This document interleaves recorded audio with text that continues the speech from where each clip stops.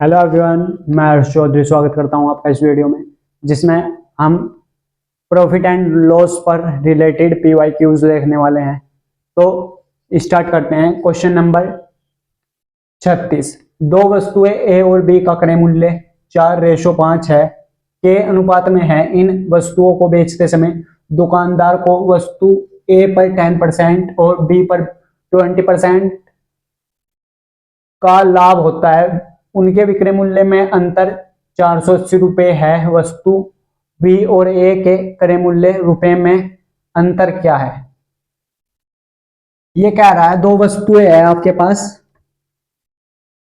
ए और बी, जिनका रेशो हमको दिया हुआ है 4:5। ये ए और बी दो वस्तुएं हैं। तो मैं एक काम करता हूं, कैलकुलेशन इजी करने के लिए इसको 400, इसको 500 अपनी मन से मान रहा हूं, अपनी तरफ से। क्यों मान सकते हैं हम रेशो में ऐसा? बस क्योंकि रेशो में कैंसिल हो जाता है। बस ये 4 का मल्टीप्लाई होना चाहिए, 4 मल्टीप्लाई ये 5 का मल्टीपल होना चाहिए, यानी गुणन जोड़ना चाहिए 4 और 5 के। आपका मन करे 40 ले लो, 400 ले लो, 4000 ले लो, 5 ले लो, 500 ले लो, 5000 ले लो। ये कहने का मीनिंग है मेरा। यहां पर मैंने 400 ले लिया है, आपका जो इच्छा करे आप वो ले सकते हो। वस्तु ए पर क्या हो रहा है? उसे 10% का प्रॉफिट, यानी इसका 10% निकाल लेंगे तो 40 आ जाएगा। यानी वो ये उसका कॉस्ट प्राइस अगर 400 था तो उसने कितने में बेची? वो 440 में। इसी तरह से कैलकुलेशन इजी करने के लिए मैंने इनको 400 500 लिया है। एक्चुअल में कितने थे? 4:5। तो हम मल्टीप्लाई ले सकते हैं इनका। बी पर क्या हुआ? 20% का लाभ। तो इसका 20%, 500 का 20% निकाल लेंगे, वो कितना आएगा? 100। तो 500 में 100 ऐड कर देंगे, कितना हो जाएगा? 600। ये उनके कॉस्ट प्राइस का रेशो है, यानी सीपी। ये उनके सेलिंग प्राइस का रेशो है। दो वस्तुएं ए और बी का क्रय मूल्य 4:5 के अनुपात में है। क्रय मूल्य ये उनका सीपी है, ये ध्यान देंगे। बेचते समय दुकानदार को ए पर 10%, 400 का 10% यानी 40, तो 440 हो जाएगा इसका सेलिंग प्राइस। बी पर 20% का लाभ होता है। 500 का 20% कितना होता है? 100। तो ऐड करेंगे 600। ये उनका सेलिंग प्राइस आ गया। इसमें कितने का अंतर है? 140 और 600 में 160 का। और जबकि उनके उनके विक्रय मूल्य यानी सेलिंग प्राइस में कितने का अंतर है? 480 का। और हमारा अंतर कितना है? 160। बी और ए के क्रय मूल्य रुपए में अंतर क्या है? यहां पर इनका अंतर कितना है? 100। 400 और 500 में इनके क्रय मूल्य में कितना अंतर है? 100। सेलिंग प्राइस में कितना आया है? 160। और रियल में कितना है? वो अंतर 480। तो 160 मल्टीप्लाई 100 कर देंगे। हमें इनके विक्रय मूल्य में अंतर पूछा है, यानी 100 कम पूछा है। कितना होगा? तो आप कैंसिल कर दो, 0 से 0, 16 तिया 48, 300 रुपये का अंतर आएगा उसके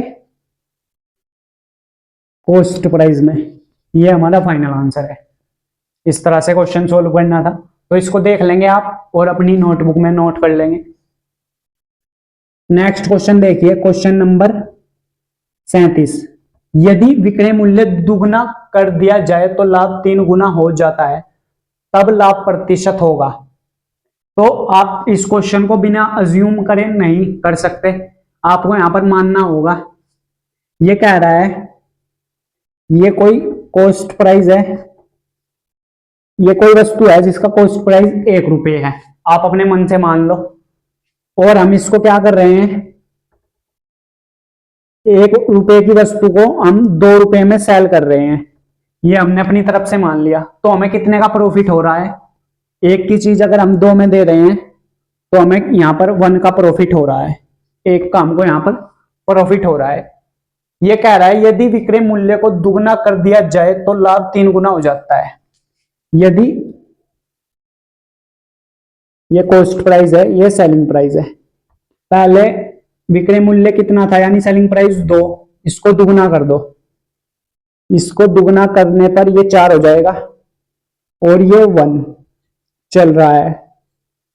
पहले हम 1 रुपए की चीज को 2 में बेच रहे थे तो 1 का प्रॉफिट था।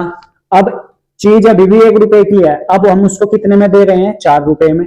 हमने इसका कॉस्ट सेलिंग प्राइस क्या कर दिया, दुगना कर दिया। पहले 2 था सेलिंग प्राइस, अब 4 हो गए। तो कितने का हमको प्रॉफिट हो रहा है यहाँ पर, 3 का।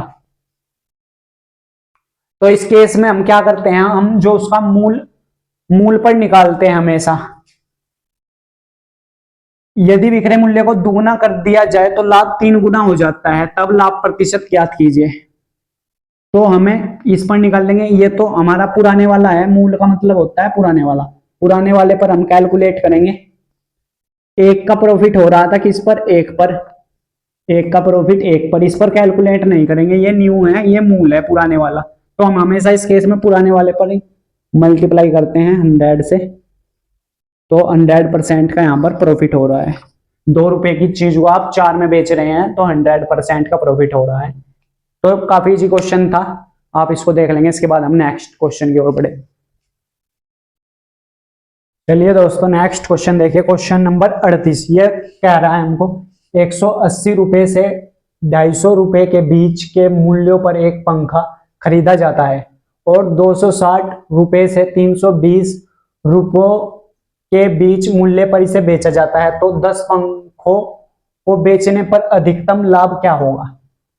ये क्या कहना क्या चाह रहा है क्वेश्चन, कि 180 रुपए से 250 के बीच के मूल्यों पर पंखा खरीदा जाता है, तो जो इसका कॉस्ट प्राइस होगा वो मिनिमम कितना होगा, 180 रुपए।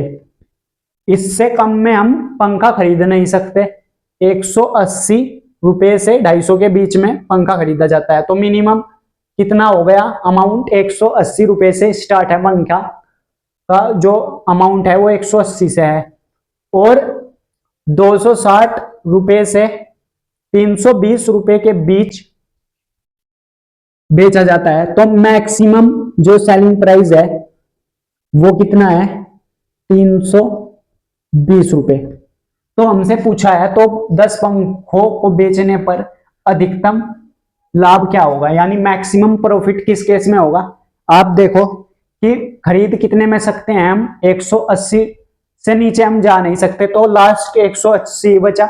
इससे ऊपर हम मैक्सिमम 320 से ऊपर जा नहीं सकते, तो इसी केस में सबसे मैक्सिमम प्रॉफिट होगा, क्योंकि लोएस्ट जो आपका लोएस्ट कॉस्ट प्राइस है वो 180 है और हाईएस्ट सेलिंग प्राइस कितना है, वो 320 है।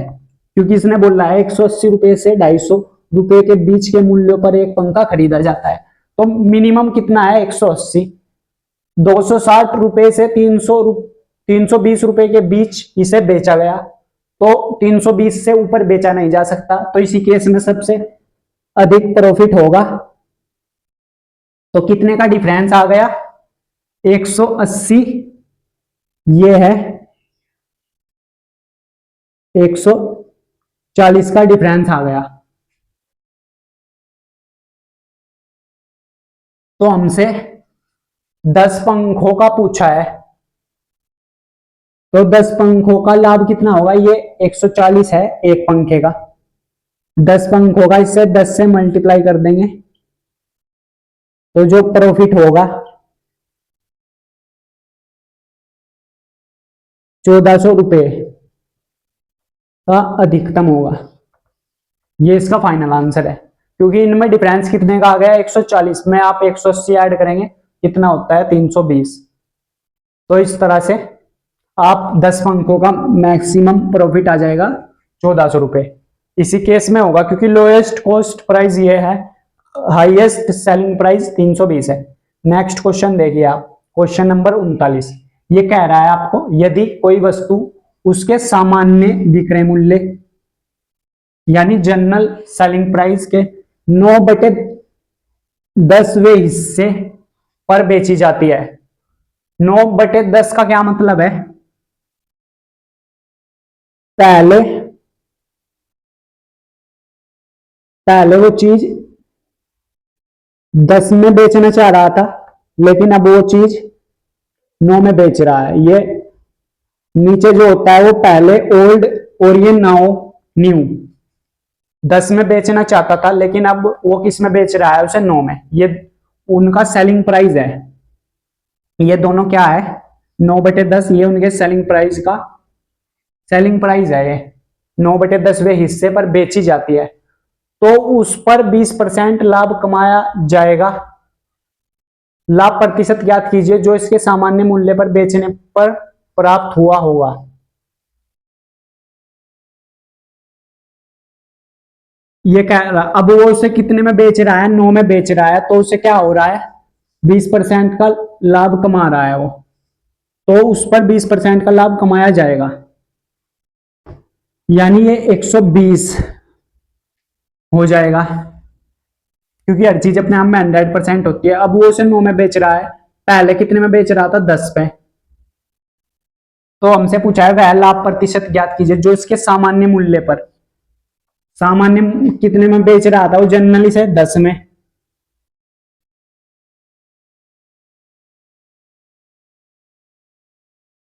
तो हमें इस एक्स की वैल्यू यहां पर कैलकुलेट करके बतानी है कितनी होगी।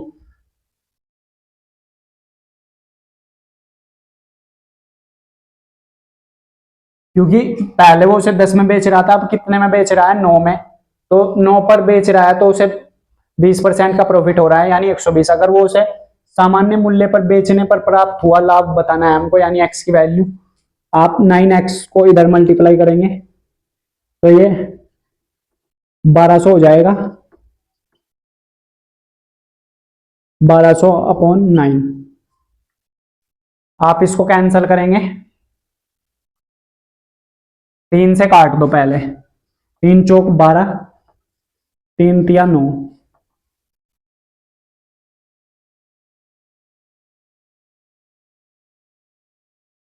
तो ये हमारे पास कितना आ जाएगा? 33 सही।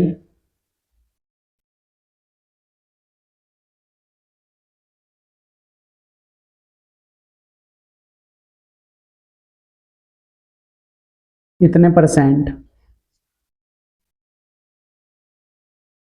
हमारे पास ये फाइनल आंसर आएगा। 33 सही, 3.33।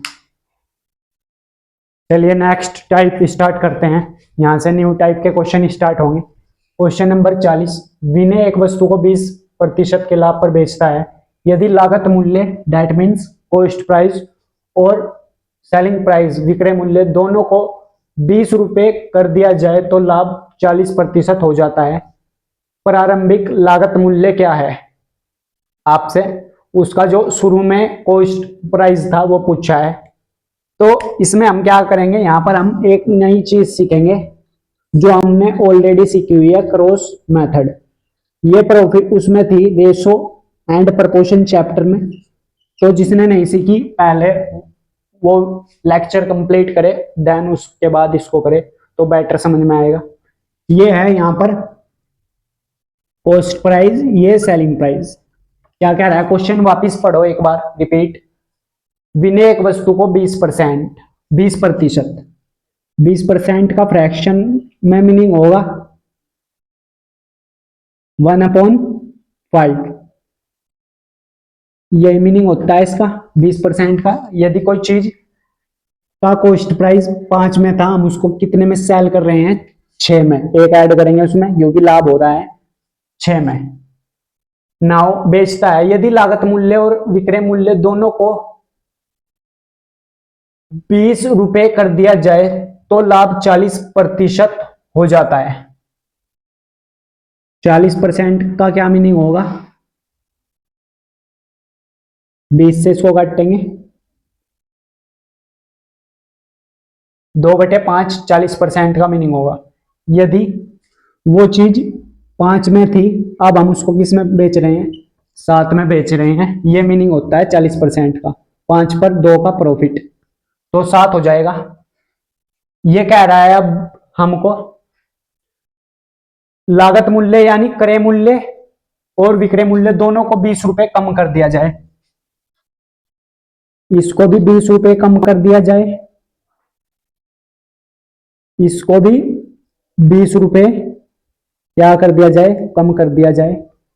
तो उसका जो प्रारंभिक लागत मूल्य है वो क्या होगा, यानी प्रारंभिक शुरू में जो उसका कॉस्ट प्राइस था वो हमको बताना है।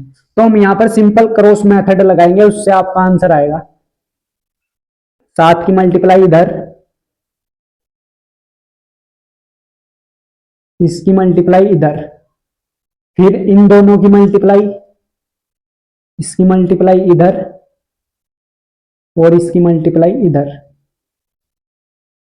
तो क्या होगा, एक बार पूरा ही कर देते हैं।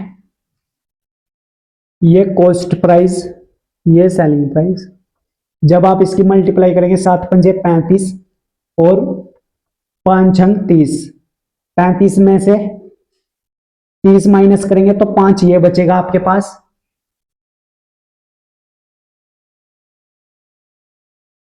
अब इनकी मल्टीप्लाई करो, 20 की मल्टीप्लाई इसमें करेंगे 100 और इसकी करेंगे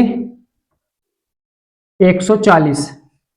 140 में से 100 माइनस करेंगे तो आपके पास क्या आ जाएगा, 40 आ जाएगा। आप वैसे भी देख सकते हो कि 5 और 2 में कितने का डिफरेंस है, 2 का। उस 2 की मल्टीप्लाई इस 20 में करेंगे तो तब भी 40 ही आएगा। तो यहां से हम 1 की वैल्यू निकाल लेंगे। ये तो 5 की वैल्यू आई है, 1 की वैल्यू 5 अट्ठे 40, तो 1 की वैल्यू हमारे पास मिल गई 8। इस 8 की मल्टीप्लाई प्रारंभिक कॉस्ट प्राइस यानी 5 में कर देंगे, ये प्रारंभिक कॉस्ट प्राइस है उसका। तो जो प्रारंभ में उसका सीपी आएगा, 1 की वैल्यू आई है 8, तो 5 की वैल्यू क्या हो जाएगी, 40 रुपए। इस तरह से आप क्रॉस मेथड लगाते हैं इन क्वेश्चन में। सिमिलरली एक क्वेश्चन और देखिए, इससे और ज्यादा कंसेप्ट क्लियर होगा। एक वस्तु 10% हानि पर बेची जाती है। यदि इसका लागत मूल्य 5 रुपए कम कर दिया जाए और विक्रय मूल्य 8 रुपए बढ़ा दिया जाए तो इस पर 10% का लाभ अर्जित होता है। वस्तु का मूल विक्रय मूल्य क्या है। इस बार हमको उसका जो पुराना वाला सेलिंग प्राइस है वो फाइंड करना है। तो सेम इसी तरह से यहां पर लिखेंगे आप सीपी एसपी। एक वस्तु को 10% हानि, 10% का फ्रैक्शन मीनिंग होगा 1/10 हानि हुई है। यदि वो 10 की थी, कितने की हो जाएगी, 9 की। ये 10 की थी, अब हम 9 में बेच रहे हैं, ये मीनिंग होता है लॉस का। माइनस चिन्ह किसको दिखाता है, 10% का लॉस हो रहा है। फिर तो इस पर 10% का लाभ अर्जित होता है यदि हम इसको 5 रुपए कम कर दे और इसको 8% बढ़ा दे। तो 10% अगर इसमें प्लस करेंगे हम, लाभ हुआ है प्लस करेंगे। यदि वो 10 की थी, अब कितने की हो गई, 11 की। इसको हम कर रहे हैं 5 रुपए कम, तो माइनस के 5 रुपए ये हो जाएंगे कम, और इस पर बढ़ा रहे हैं हम। यदि लागत मूल्य में 5 रुपए कम, ये लागत मूल्य है कॉस्ट प्राइस, और इस पर 8 रुपए बढ़ा रहे हैं, तब हमें 10% का लाभ होता है। ऐसा हम बना लेंगे और इनका क्रॉस मल्टीप्लाई करेंगे, इसकी इधर इसकी इधर। पहले इनकी कर लो, उसके बाद रुपए की करेंगे। तो ये सीपी रेशो सेलिंग प्राइस का रेशो चल रहा है हमारे पास। इसकी करेंगे 110 और 90। 110 में से 90 माइनस करेंगे तो ये 20 आ जाएगा। अब इसकी मल्टीप्लाई इधर, इसकी मल्टीप्लाई इधर। ये माइनस है, ये प्लस है, हमेशा जुड़ेगा, क्योंकि माइनस प्लस हमेशा ऐड होते हैं, जुड़ते ही है। मैंने बताया था अगर प्रॉफिट होगा तो लॉस। अगर एक लॉस हो रहा है, एक को कम कर रहे हैं यानी हानि कर रहे हैं, बढ़ा रहे हैं यानी प्रॉफिट, तो हमेशा जुड़ता ही है। तो इसको जोड़ेंगे 80 और ये 11 पंजे 55, तो 80 और 55 को ऐड कर दो आप, तो कितना बनेगा आपके पास? 135। 20 इज इक्वल टू 135। इसकी क्रॉस किया है हमने, क्रॉस मेथड पहले इनकी करते हैं जो आता है, देन उनकी करते हैं। तो यहां से हम 1 की वैल्यू कैलकुलेट करेंगे। 1 की वैल्यू निकाल लेंगे, 135 डिवाइड 20। 5 से इसको कैंसिल कर दो, 1 की वैल्यू क्या आ जाएगी? 5 दूनी 10, 5 सत्ते 35, 5 चौक 20। 1 की वैल्यू ये आ गई। हमसे क्या पूछा है? वस्तु का मूल विक्रय मूल्य। पहले कितना था वो, अब कितना बेच रहा है? पहले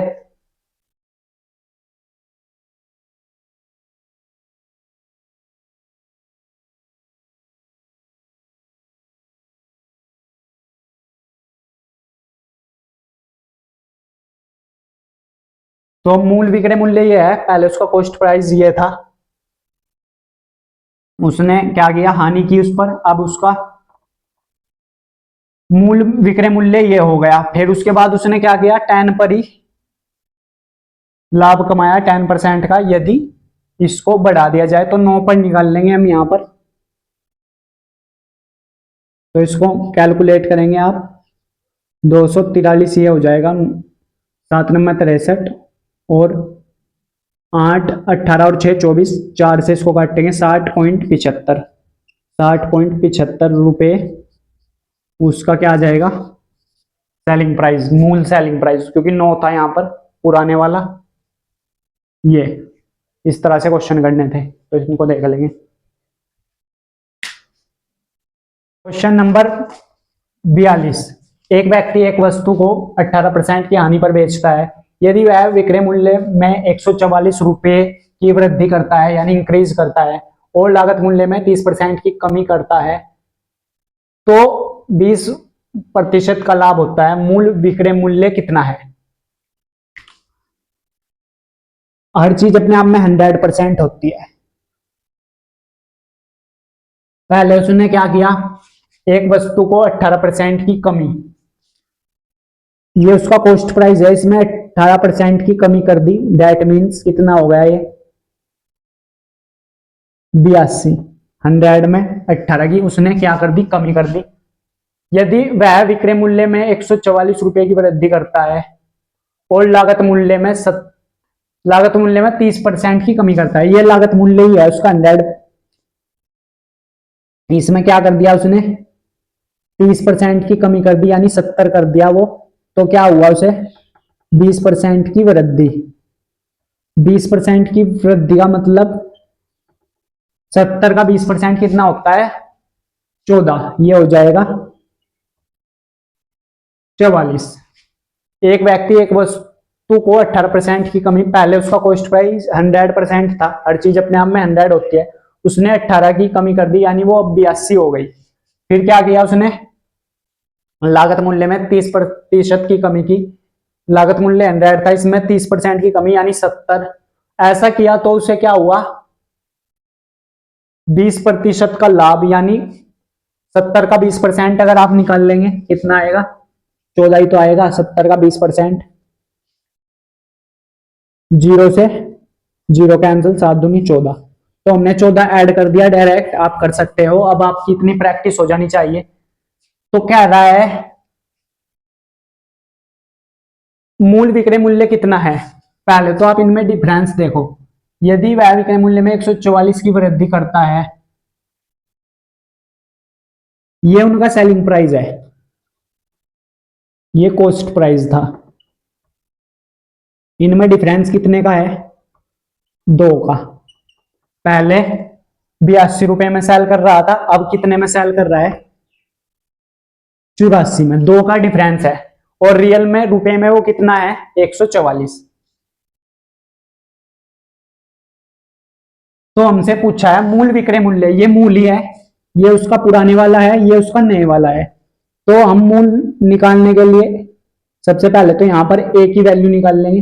ए की वैल्यू कितनी आ जाएगी? 144 को डिवाइड करेंगे 2 से, 2 सत्ते 14, 2 दूनी 4। ए की वैल्यू आ गई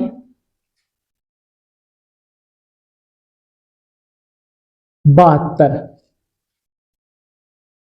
और हमसे पूछी किसकी है, 82 की। मूल विक्रय मूल्य हमसे पूछा है,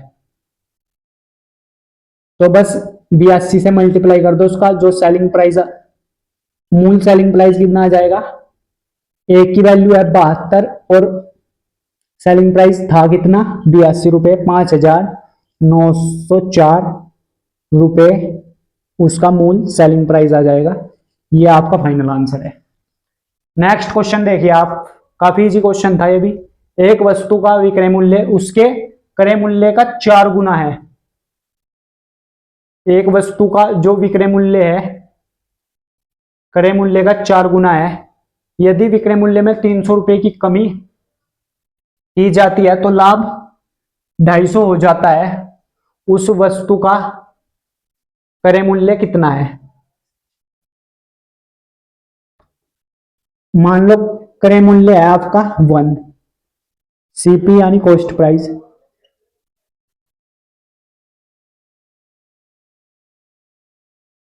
और इसका 4 गुना क्या है, विक्रय मूल्य है यानी सेलिंग प्राइस। यदि विक्रय मूल्य में 300 रुपए की कमी कर दी जाए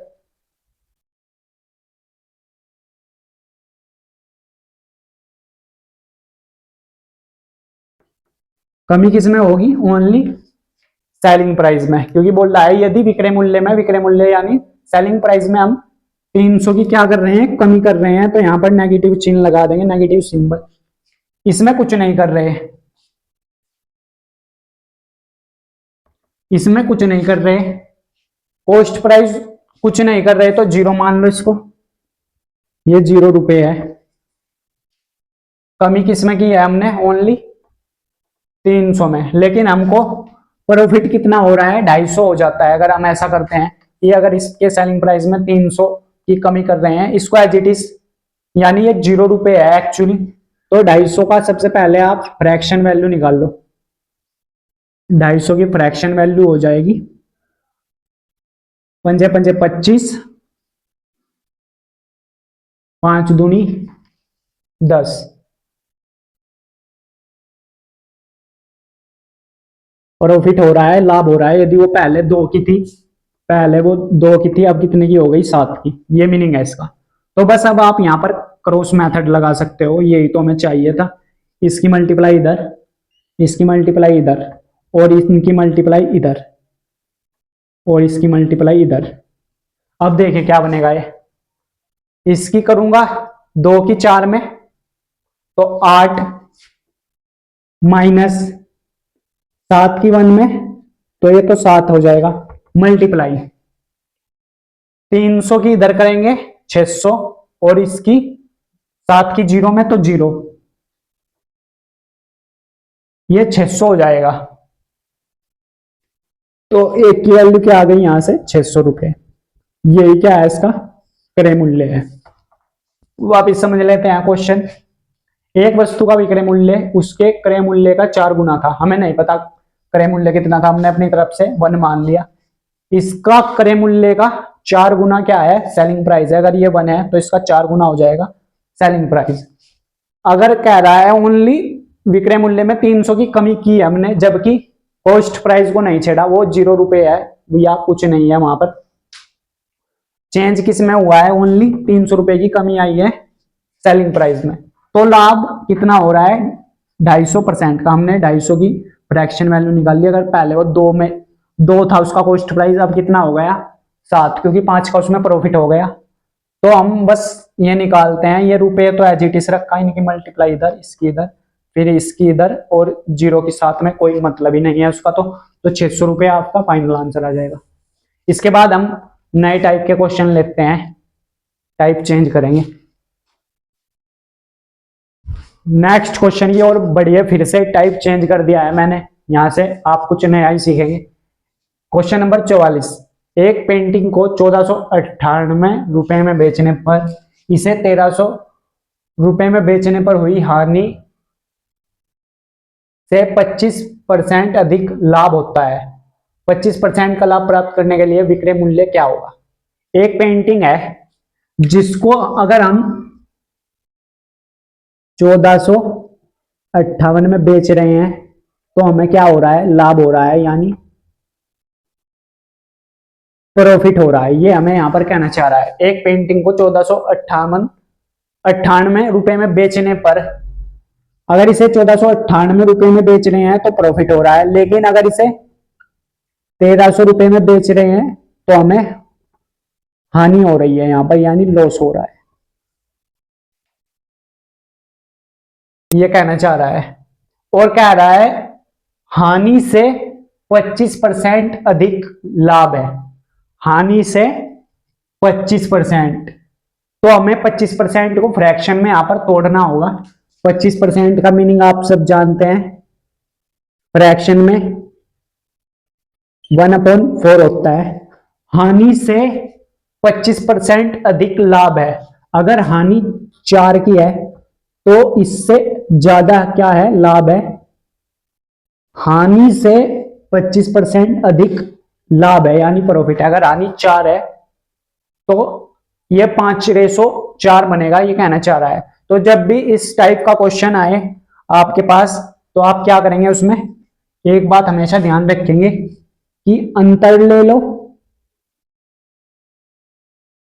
दोनों का और रेशो ले लो। अंतर और रेशो ले लो आप। 1498 रुपए में बेच रहे तो लाभ हो रहा था, 1300 में बेच रहे हैं तो हानि हो रही है। दोनों में अंतर कितना है, 198।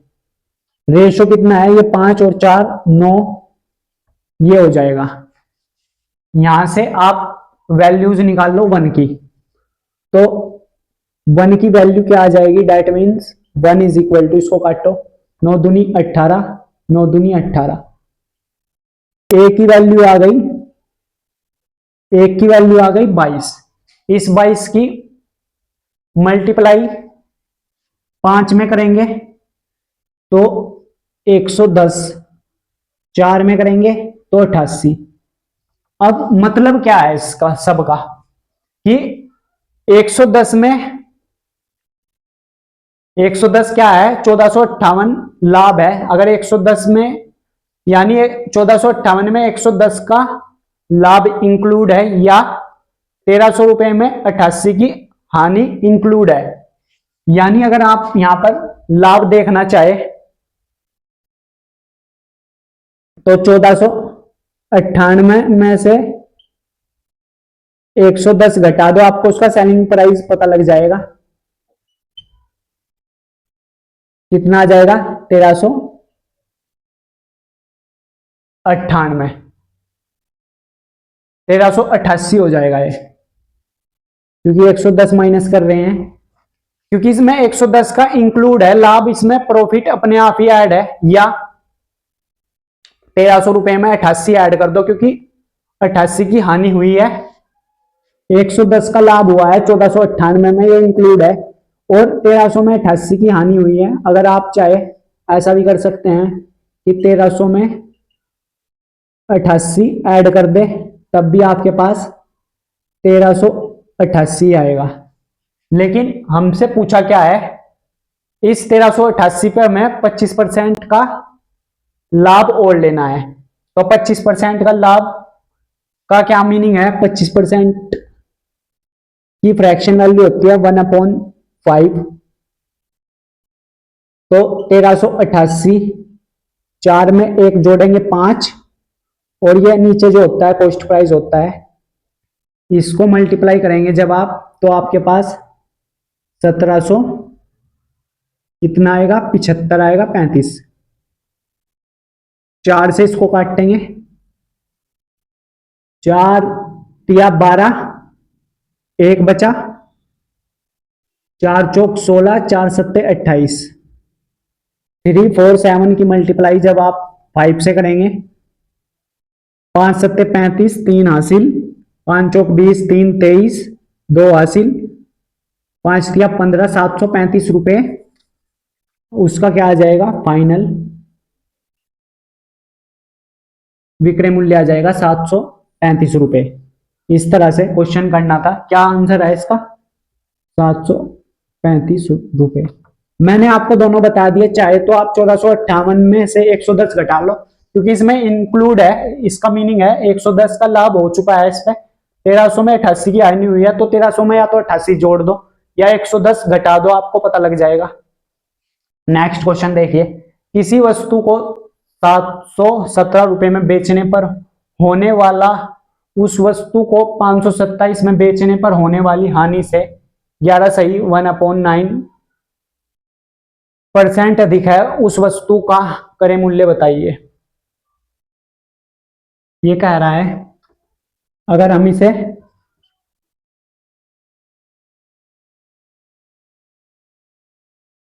बेचने पर होने वाला लाभ होगा, अगर हम इसको 717 में बेच रहे हैं तो लाभ हो रहा है,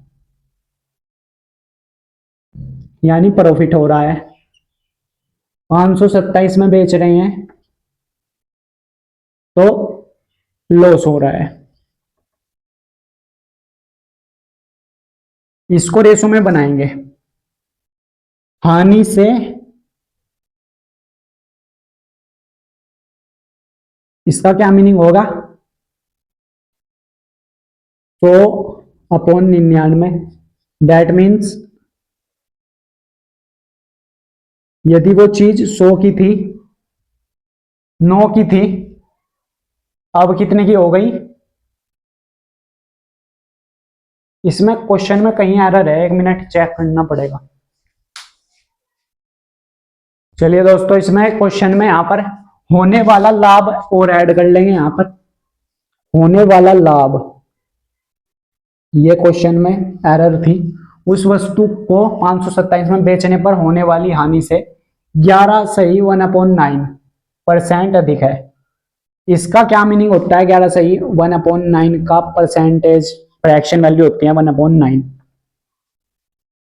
यदि वो पहले अगर 9 की थी, उससे अधिक क्या है, लाभ है, यानी वो 10 की है, तो आप क्या करेंगे, इनका अंतर देखेंगे और रेशो निकाल लेंगे।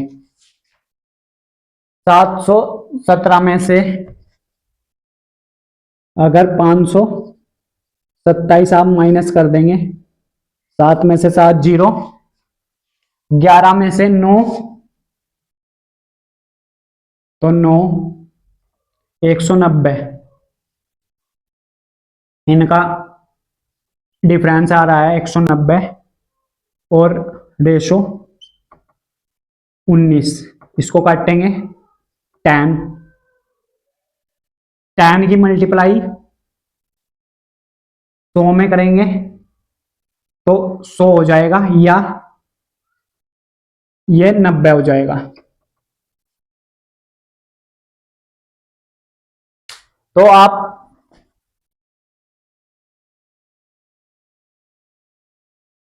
चाहे तो 717 में से 100 घटा दो, आपको उस वस्तु का क्रय मूल्य मिल जाएगा। इस बार क्रय मूल्य ही पूछा है। 717 में 100% का प्रॉफिट इंक्लूड है, यानी अगर मैं 100 माइनस कर दूंगा इसमें से, 617 रुपए का उसका कॉस्ट प्राइस आ जाएगा। ये फाइनल आंसर है। या अगर आप 527 में 90 ऐड कर देंगे, क्योंकि 90 उसमें हानि हुई है, तो 90 ऐड करेंगे तब भी आपके पास सेम आंसर आएगा 617। तो ऐसा भी कर सकते हैं कि आप 527 में 90 ऐड कर दो, क्योंकि 90 की हानि हुई है, या घटा दो 100, क्योंकि 100 का प्रॉफिट हो रहा है, इसमें 90 का हानि हो रही है, तब भी आपका आंसर कितना आएगा 617। तो इस तरह से क्वेश्चन सोल्व करना था। आई हो आपको क्लियर हो गया होगा। इसको देख लेंगे। चलिए नेक्स्ट क्वेश्चन देखिए, क्वेश्चन नंबर 46। फिर से टाइप चेंज कर दिया है मैंने।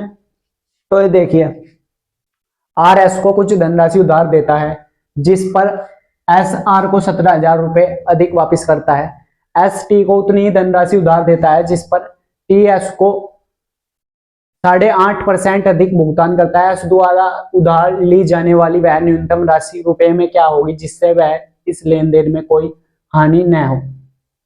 ये कह रहा है कि आर एस को कोई धनराशि देता है, आर ने क्या किया, एस को एक धनराशि दी, मान लो एक्स रुपए एस को दिए। एस ने क्या किया, आर एस को धनराशि उधार देता है जिस पर एस आर को 17,000 रुपए अधिक देता है, और जब देने की बारी आई तो एस ने आर को 17,000 रुपए एक्स्ट्रा दिए, यानी उतना उसको ब्याज दिया या प्रॉफिट हुआ उसको इतना 17,000 का। एस टी को उतनी ही धनराशि देता है। आर ने एक राशि दी, एक अमाउंट दिया एस को, और एस ने वो उतना ही अमाउंट किसको दे दिया, टी को दे दिया। इसने मान लो एक्स रुपए दिए थे और एक्स रुपए ही इसने टी को दे दिए। एस टी को उतनी धनराशि उधार देता है जिस पर टी एस को 8.5% अधिक भुगतान करता है। जब देने की बारी आई तो टी ने एस को कितना लौटाया, 8.5%।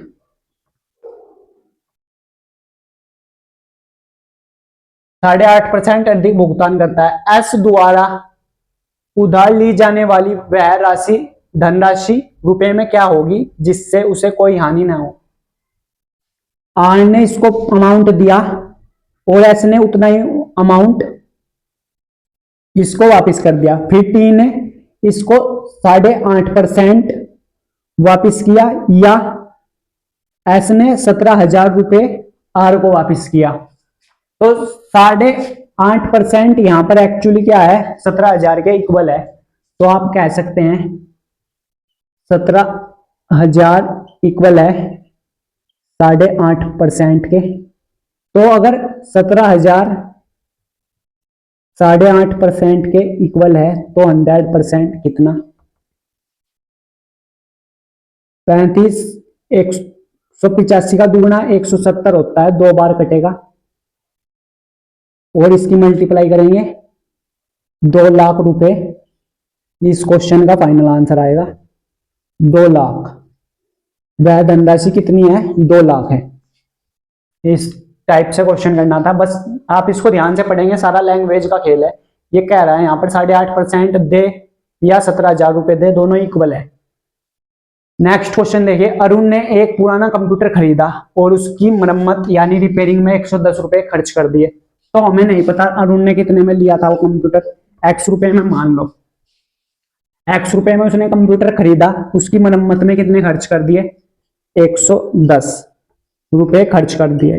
जितने में लिया था उस पर कितने एक्स्ट्रा खर्च किए, 110 खर्च किए। फिर उसने इसे भोला को 20%, ये कंप्यूटर था, इसको 20% लाभ यानी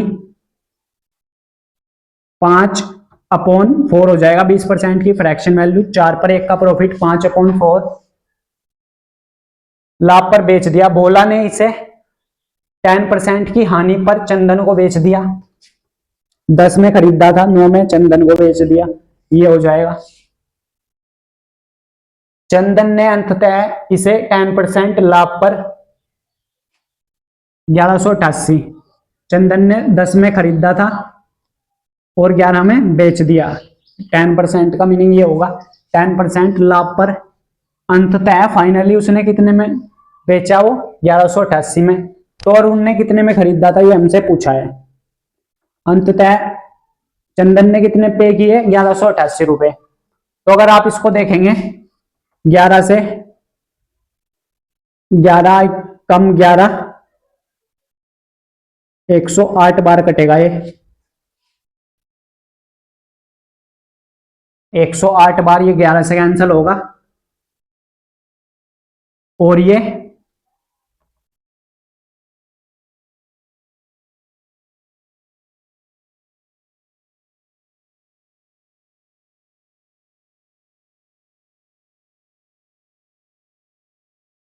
20% की वैल्यू होती है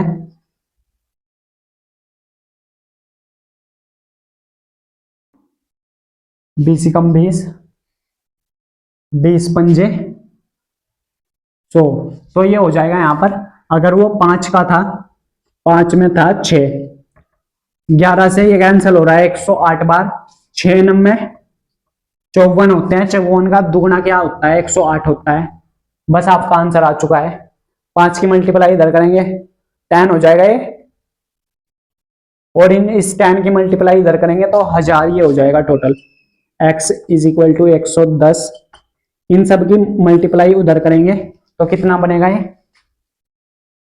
ये 100 है और ये 100 है, इसकी मल्टीप्लाई करेंगे 5 दूनी 10,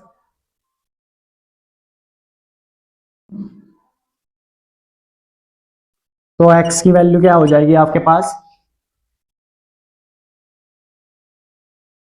890 रुपए। अरुण ने वो कंप्यूटर कितने में खरीदा था 890 रुपए। ये इसका फाइनल आंसर है। इस तरह से क्वेश्चन सोल्व करना था।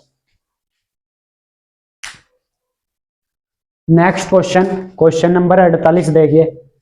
कुछ लकड़ी के फर्नीचर की कीमत 3 हाथों से गुजरने पर 65% बढ़ जाती है। यदि पहले और दूसरे विक्रेता ने कदम से 20% और 25% का लाभ कमाया तो तीसरे विक्रेता का लाभ प्रतिशत याद कीजिए। तो इसको कैसे सिंप्लीफाई करेंगे। ये कह रहा है हर चीज अपने आप में 100% होती है। कुछ लकड़ी के फर्नीचर की कीमत 3 हाथों से प्रोसेसर हुआ है ये, यानी वो पहले वो 100 थी, 3 बार प्रोसेसिंग हुई वो, और उसकी कीमत क्या हो गई 65% इंक्रीज हो गई, बढ़ जाती है। पहले 100 थी, 65 और हो गई, यानी 165 हो गई वो, जब उसको 3 बार प्रोसेसिंग में प्रोसेसर किया गया। तो 100 थी, 2 का तो हमको उसने पहले और दूसरे विक्रेता का दे रखा है। उसने क्या किया 20% और 25% का प्रॉफिट कमाया, यानी 5 पर 1 का प्रॉफिट 6, 25 चौका 100, 4 पर 1 का प्रॉफिट 5, और इसका हमको पता करना है। तो इसको x अपॉन वाई मान लू मैं अपनी तरफ से, क्योंकि तीसरे विक्रेता का हमें पता लगाना है कि वो कितने परसेंट कमाया। उसने 2 का हमको दे रखा है 20% और 25%। तो अब आप देखेंगे 5 से 5 कैंसिल हो रहा है, 4 से ये कैंसिल होगा 25 बार, 5 तिया 15, 5 तिया 15, 3 का दुगुना 6 होता है, 3 से ये 11,